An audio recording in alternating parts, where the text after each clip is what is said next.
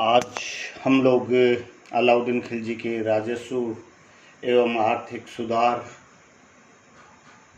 के संदर्भ में संक्षिप्त वार्ता करेंगे। हमने देखा अलाउद्दीन खिलजी की गद्दी पर बैठने के बाद में उसको बहुत सारी समस्याओं का सामना करना पड़ा और एक एक करके उन समस्याओं से निजात पाने के लिए अलाउद्दीन खिलजी के द्वारा कठोर कदम उठाए गए। धीरे धीरे उसको सफलता भी मिली और जब उसको सफलताएं मिलने लगी तो उसने प्रशासनिक व्यवस्था में सुधार करने के ठोस कदम उठाए। उसी के तहत हम लोग आज राजस्व सुधार की बात करेंगे। अलाउद्दीन खिलजी के पूर्ववर्ती दिल्ली सल्तनत के जितने सुल्तान हुए उन्होंने हिंदू काल से चली आ रही पुरातन राजस्व व्यवस्था को जारी रखा और नए सिरे से उसमें कोई परिवर्तन करने का प्रयास नहीं किया। लेकिन अलाउद्दीन खिलजी पहला मुस्लिम शासक था जिसने राजस्व व्यवस्था प्रणाली पर पुनर्गठन करने का प्रयत्न किया और प्रचलित राज्य व्यवस्था में अनेक महत्वपूर्ण सुधार किए। अलाउद्दीन खिलजी का राजस्व व्यवस्था में सुधार करने के पीछे जो मुख्य उद्देश्य था वो था कि राज्य की आय अधिक से अधिक वृद्धि करना। उसने राज्य की आय बढ़ाने के चक्कर में किसानों के हितों का ध्यान नहीं रखा।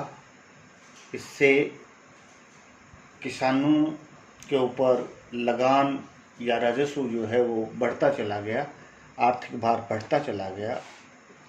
उसने राजस्व व्यवस्था में जो पहला सुधार किया वो उसने किया कि जो पूर्ववर्ती भूमि अनुदान जितने भी थे वो मिल्क के रूप में, इनाम के रूप में या वक्फ के रूप में अधिकांश अनुदानों को उसने रद्द कर दिया और खालसा भूमि में उनको मिला लिया गया। इससे राज्य की आय में सीधी सीधी वृद्धि हुई। दूसरा, उसने जितने भी खूत थे अर्थात जमींदार थे, मुकद्दम थे और चौधरी थे, उनके विशेषाधिकारों का अंत कर दिया, क्योंकि इनको राज्य के राजस्व कार्य करने के लिए जो ज़मीन दी जाती थी उस पर कोई टैक्स नहीं लगाया जाता था, उससे राज्य को नुकसान होता था। तो इन राजस्व अधिकारियों के अधिकारों को समाप्त करते हुए इनको जो भूमि दी जाती थी वेतन के नाम पे, उससे भी टैक्स लेना प्रारंभ किया। तीसरा, भू राजस्व व्यवस्था में जो परिवर्तन किया गया वो ज़मीन की पैमाइश करवाई गई। पहले सभी से एक सा लगान लिया जाता था। भूमि के प्रकार और उपज के आधार पर भू राजस्व कर निर्धारित किया गया, उसकी नाप करवाई गई और उसके आधार पर जो है टैक्स लिया जाने लगा। तीसरा, जो भू राजस्व लिया जाता था वो भूमि कर के रूप में उपज का कुल 50% लिया जाने लगा। उससे पहले 1/3 लिया जाता था। ये बदलाव किया। ये 4 परिवर्तन उसने किए राज्य की आय बढ़ाने के लिए। उसके साथ में उसके शासनकाल के दौरान करेही और चराई राजस्व कर लिया जाने लगा। चराई कर जो था वो मवेशियों के चारागाह पे लगाया जाता था और चराई के लिए मान्यता है कि वो प्रति घर कर के दायरे में लिया गया। हिंदुओं से जजिया कर लिया जाता था तो मुसलमानों से ज़कात ली जाती थी। ज़कात वार्षिक आय का 1/40वां भाग होता था। ये भी राज्य सरकार जो है मुसलमानों के से वसूल करती थी। एक दीवान ये मुफ्त खराज नामक विभाग की स्थापना की गई जो राजस्व में बकाया राशि की वसूली करने का काम करता था। इस राजस्व व्यवस्था से दिल्ली सल्तनत के किसानों पर कर का भार बढ़ता चला गया। इसलिए अलाउद्दीन खिलजी की राजस्व नीति को लेकर, सुधारों को लेकर आलोचना की जाती है। दूसरा महत्वपूर्ण सुधार उसके शासनकाल में सैनिक सुधार हुआ। जब अलाउद्दीन खिलजी ने दिल्ली सल्तनत को संभाला तो देखता है कि दिल्ली सल्तनत के ऊपर निरंतर या उसकी सीमाओं पर निरंतर मंगोलों के जो आक्रमण हो रहे थे, उनको रोकने के लिए उसने निरंकुशवाद के सिद्धांत को अपनाया। साथ में उसने इस बात को महसूस किया कि एक विशाल और सुसंगठित सेना, एक स्थायी सेना का होना आवश्यक है, और उसी के तहत उसने दिल्ली सल्तनत की सेना का पुनर्गठन किया। उसने पहला कदम उठाया सैनिकों की सीधी भर्ती करना और उनको केंद्रीय खजाने से वेतन देना। दीवान ये आरिज विभाग के द्वारा योग्य और हष्टपुष्ट व्यक्तियों को सेना में भर्ती किया जाने लगा। पहली बार उसने स्थायी सेना का गठन किया। बर्नी बताते हैं कि उसके शासनकाल के दौरान 4,75,000 घुड़सवार थे। एक काम उसने और बदलाव किया स्थायी सेना के साथ साथ में, घुड़सेना में घोड़ों को दागने की प्रथा प्रारंभ की, जिससे एक ही घोड़े को सैनिक बार बार दिखाई नहीं, बदला नहीं जाए। एक काम उसने और किया, उसने घोड़ों को दागने के साथ में प्रत्येक सैनिक का हुलिया जो था उसको भी दर्ज करना प्रारंभ किया रजिस्टर में।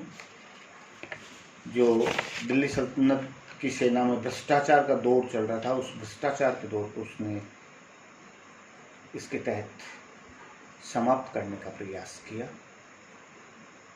सभी का वेतन जो है वो निर्धारित कर दिया गया, एक निश्चित रकम दी जाने लगी। समय समय पर सेना का कठोर निरीक्षण होता था, उसमें हथियार, घोड़े सबकी जांच की जाती थी। अस्त्र शस्त्र, सैनिकों के जो अस्त्र शस्त्र थे, कवच जो थे, उनके ऊपर विशेष ध्यान दिया गया। और इसमें अलाउद्दीन खिलजी को सफलता मिली। इसी के तहत स्थायी सेना के तहत उसने अनेक सफलताएं हासिल की। तीसरी व्यवस्था हम अलाउद्दीन खिलजी की बाजार नियंत्रण के ऊपर बात करेंगे, अर्थात आर्थिक सुधारों की बात करेंगे। यहाँ पर हम आर्थिक सुधारों को लेकर विद्वानों में अनेक मत और मतांतर हैं। अनेक बातें कही जाती हैं कि आर्थिक सुधार का उद्देश्य क्या था, किस प्रकार उसको क्रियान्वित किया गया, दिल्ली के अतिरिक्त अन्य क्षेत्रों में भी उसको लागू किया गया या नहीं किया गया, उसके प्रभाव क्या रहे, उसके परिणाम क्या निकले। तो मैं यही बताना चाहूँगा कि अलाउद्दीन खिलजी की बाजार नियंत्रण व्यवस्था का सेना से गहरा संबंध। अलाउद्दीन खिलजी का बाजार नियंत्रण को लेकर जो मुख्य उद्देश्य था वो था विशाल सेना के खर्चे की व्यवस्था का। एक विशाल और स्थायी सेना रखने के लिए बहुत सारा पैसा चाहिए, तो उसने उसके लिए बाजार नियंत्रण की व्यवस्था लागू की। वो ये चाहता था कि उसके सैनिकों को, उसके पदाधिकारियों को बाजार से सामान सस्ते दरों में मिल सके और वो कम आय से अपने परिवार का जीवन यापन सफलतापूर्वक कर सके। अर्थात हम ये कह सकते हैं, सैनिकों की जो दैनिक आवश्यकता थी, जो दैनिक उपभोग की वस्तुएं थी, वो बाजार में सामान्य दरों पे मिल सकें, ताकि एक विशाल सेना का ढर्रा खड़ा किया जा सके। ये उसका मूल उद्देश्य था। बर्नी ने अपनी पुस्तक तारीख-ए-फिरोजशाही में इसका विस्तृत विवरण दिया है। और तारीखी फरोशाई से पता लगता है कि बाजार नियंत्रण की व्यवस्था जो थी वो दिल्ली पर लागू थी, राजधानी में लागू की गई थी। बाकी सल्तनत के क्षेत्रों में इस प्रकार की व्यवस्था नहीं थी। 1303 में मंगोल नेता तर्गी के आक्रमण के बाद, जिसने दिल्ली को घेरा था, इस व्यवस्था को लागू किया गया। सल्तनत का उद्देश्य था राजकीय भंडारों में खाद्यान्न एकत्रित करना, उनका मूल्य नियंत्रित करना, निश्चित करना, सुनिश्चित करना। दिल्ली के बाजार में वस्तुओं का मूल्य जो था वो सरकार के द्वारा निर्धारित कर दिया था।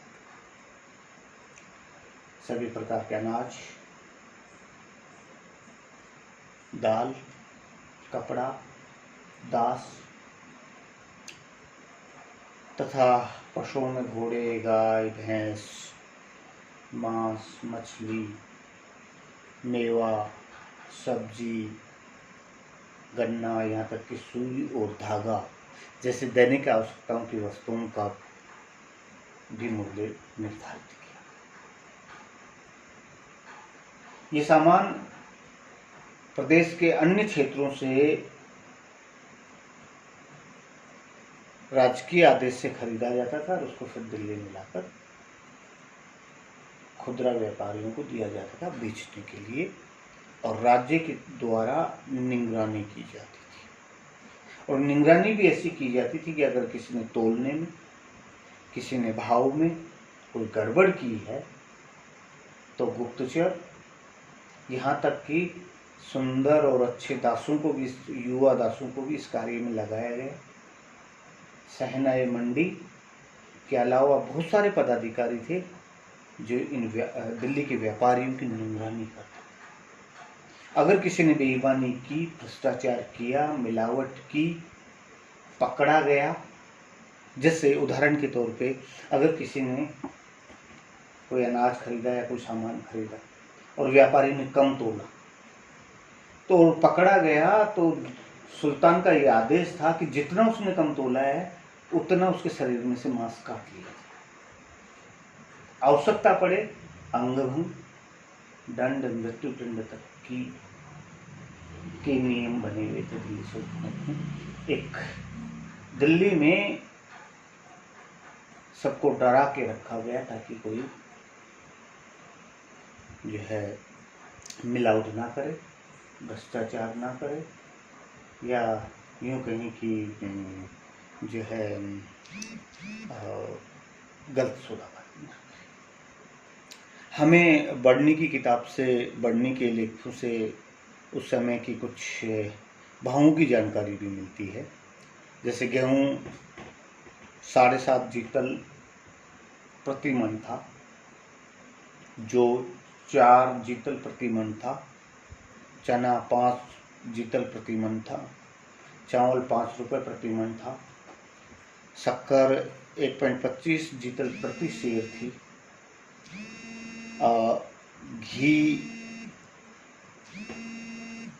घी 1 जीतल प्रति 2.5 सेर था, उड़द 5 जीतल प्रति मन था, मोठ 3 जीतल प्रति मन था, सरसों का तेल 1 जीतल प्रति 3 सेर। जीतल की बात आई, जीतल मुद्रा है उस समय की, तांबे की मुद्रा है, और 1 जीतल का वजन होता है 1 तोला के बराबर। और उस समय अगर देखें तो 1 रुपये में 64 पैसे होते थे, 1 रुपये में 64 पैसे होते थे, वो हिसाब था। चांदी का जो टका था वो 96 रति वजन का था, और स्वतंत्रता के समय जो भारत में चांदी के रुपए का जो मूल था लगभग उसी के बराबर था उसका। 1 मन 14 सेर के बराबर होता है। वर्तमान में 1 मन 40 किलो के बराबर होता है, और उस समय 1 मन जो था वो 14 सेर के बराबर था। 1 सेर लगभग जो है 800 ग्राम के आसपास होता है। किलो में 1000 किलोग्राम और शेर में 800 ग्राम के आसपास होता है। ये व्यवस्था थी उसके समय में। कपड़ों की कीमतें निर्धारित थी, लेकिन उनका नाप क्या था ये हमें उल्लेख नहीं मिलता। कपड़ा बहुत महंगा था उस समय। सूती कपड़े के बारे में जानकारी मिलती है कि 4 टके का मिलता था। अब उसकी लंबाई चौड़ाई क्या होती थी ये हमें जानकारी नहीं मिलती है। बहुत ही उच्च क्वालिटी का अगर घोड़ा होता था तो उसकी कीमत 100 से 200 टका होती थी। चांदी का टका 100 से 200 टके। कम, उससे कम तब जो होता था वो 80 से 90 टके का होता था। और उससे सबसे हल्का जो होता था वो 65 से 70 टके का होता था। ऐसे ही गाय की कीमत थी उस समय 3 से 4 टके। भैंस की कीमत थी 10 से 12 टके। दास और दासियों की भी बात हम चलते चलते यहाँ कर लेते हैं। लड़की की कीमत थी 5 से 12 टका बाजार, लेकिन सुंदर लड़की होती थी तो उसकी 20 से 40 टका कीमत होती थी। ऐसे ही दासों में लड़कों की कीमत की अगर बात करें तो 7 से 8 टका तक उसका मोल होता था। साधारण वस्तुओं की कीमतें भी तत्कालीन समय में निर्धारित की जा चुकी थी। बाहर से जो सामान मंगाया, दिल्ली के बाहर से जो सामान मंगाया जाता था वो उसके लिए उचित व्यवस्था थी। सरकारी दरों पर घुमक्कड़ व्यापारियों के द्वारा खरीद के लाकर फुटकर व्यापारियों तक पहुंचाई जाती थी, वो बेचने का काम करते थे। अनाज विशेषकर दोआब के क्षेत्र से मंगाया जाता था। गंगा यमुना का दोआब और पंजाब।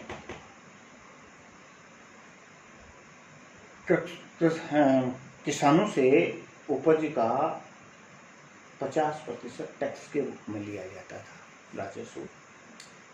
कपड़ा 2 जगह से मंगाया जाता था उस समय दिल्ली में, मुल्तान और देव।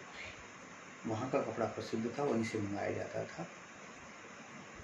व्यापारी सरकारी नियमों का उल्लंघन नहीं करें, इसका पूरा प्रबंध था सल्तनत। बाजार में सहनाई मंडी होता था, अधीक्षक होता था और उस समय मलिक कबूल को नियुक्त किया गया था। जितना कम तोले उतना उसके शरीर से मांस का टुकड़ा निकालने की व्यवस्था थी। इस प्रकार की कठोर व्यवस्था थी। मनही पान खुफिया पुलिस होती थी जो सुल्तान के प्रति उत्तरदायी होती थी। सीधी सुल्तान तक रिपोर्ट पहुंचाने का काम करती थी कि किसी व्यापारी ने क्या किया। इन सब के ऊपर दीवानी रियासत नामक एक महानिरीक्षक होता था जो संपूर्ण बाजार व्यवस्था पर निगरानी रखता था दिल्ली में। अब हम ये देखें कि अलाउद्दीन खिलजी के द्वारा जो बाजार नियंत्रण की जो व्यवस्था की गई, आगे चलकर उसका प्रभाव क्या पड़ा। बाजार व्यवस्था इतनी कठोर थी कि तत्कालीन व्यापारियों, व्यापार और वाणिज्य को कोई प्रोत्साहन नहीं था। इससे व्यापार और वाणिज्य में काफी नुकसान हुआ, क्षति हुई। सबसे ज्यादा दोआब के किसानों को नुकसान उठाना पड़ा। पहले पूर्व सुल्तानों के समय वो 1/3 टैक्स देते थे, अब कुल उपज का 50% देंगे, तो नुकसान हुए। ये व्यवस्था अलाउद्दीन खिलजी के साथ में ही समाप्त हो गई। उसकी मृत्यु के बाद में उसके उत्तराधिकारियों ने उस व्यवस्था को बंद कर दिया। कोई फायदे वाली व्यवस्था सिद्ध नहीं हुई। ऐसे में 6 जनवरी 1316 को अलाउद्दीन खिलजी की मृत्यु हो गई। उसके मूल्यांकन की अगर बात करें तो हमें आज की तारीख में 14वीं शताब्दी के प्रारंभिक वर्षों की बात करनी है। हमें इस बात की सावधानी रखनी पड़ेगी कि उन परिस्थितियों में उसका मूल्यांकन किया।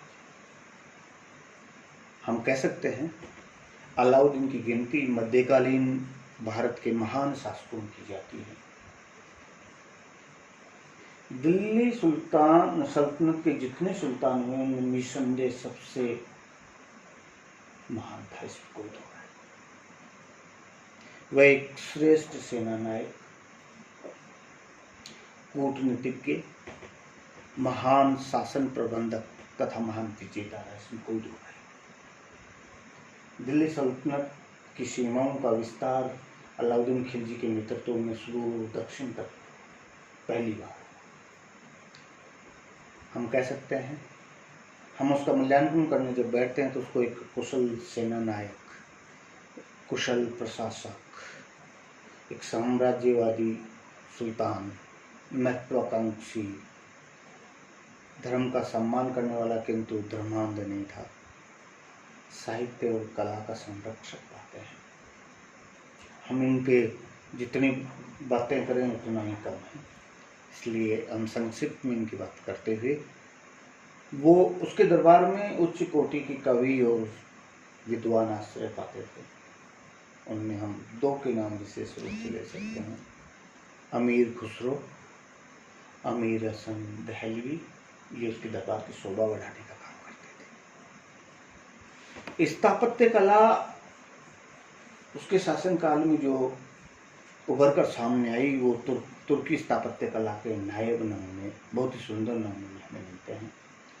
दिल्ली में कुतुब मीनार के पास में अलाई दरवाजा श्रेष्ठ तुर्की स्थापत्य का श्रेष्ठ नमूना है अपने आप में। दिल्ली का सीरी का किला, हजरत सितून महल जिसको 1000 खंभों वाला महल भी कहते हैं, होजियत अलाई और जमेयत खान मस्जिद, ये स्थापत्य कला के नायब नमूने उसके शासनकाल के। लेकिन अलाउद्दीन खिलजी के ये सब तो गुण थे उसमें, उसके चरित्र का एक दूसरा पहलू भी था। व्यक्तिगत रूप से उस स्वार्थ था, क्रोध था और नैतिकता है। आवश्यकता पड़ी, वो उसका एकमात्र लक्ष्य था कि सफलता हासिल करनी, और सफलता हासिल करने के लिए हम देखते हैं आवश्यकता पड़ी तो पूर्व सुल्तान अपने दामाद और चाचा जलालुद्दीन को मोती घाट उतार दिया, अपने निजी रिश्तेदारों को मोती घाट उतरवा दिया, यहाँ तक कि वो अपनी पत्नी और अपने बच्चों में भी विश्वास नहीं करता था। जिसने भी विरोध किया उसके रास्ते में अगर कोई भी रोड़ा बनने का प्रयास किया तो उनको मौत की घाट उतार दिया। इस रूप में हम देखते हैं कि वो स्वार्थी था, क्रूर था और नैतिकता रहित था, इसमें कोई दो नहीं। एक लक्ष्य था उसका, सफलता हासिल करना। इन प्रकार सफलता चाहिए, उसके लिए किसी के भी कर्म की बाजी करना। हत्या, दंड, अंगभंग, मृत्युदंड, ये सब उसके लिए सामान्य बात है, कोई विशेष बात नहीं। उसमें वो किसी से समझौता नहीं करता था, भले ही उसकी पत्नियां रही हों, उसके बच्चे रहे हों या उसके निजी रिश्तेदार रहे। एक प्रकार से उसका सारा दम जो है वो पाश्विक बल पर अवलंबित था, विश्वास पे नहीं। वो तलवार की ताकत में विश्वास करता, तलवार पे विश्वास करता था। हम अलाउद्दीन के कार्यों तथा सफलताओं की निष्पक्ष दृष्टिकोण से अगर समीक्षा करें तो दिल्ली के सुल्तानों में निर्विवाद रूप से वह सर्वश्रेष्ठ सुल्तान था, दिल्ली सुल्तान, इसमें कोई दो राय। इसीलिए A.L. श्रीवास्तव लिखते हैं, रचनात्मक प्रतिभा तथा विचारों की विशुद्धता को ध्यान में रखते हुए महमूद तुगलक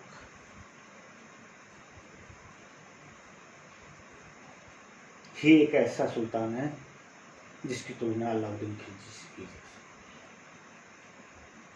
फर्क इतना था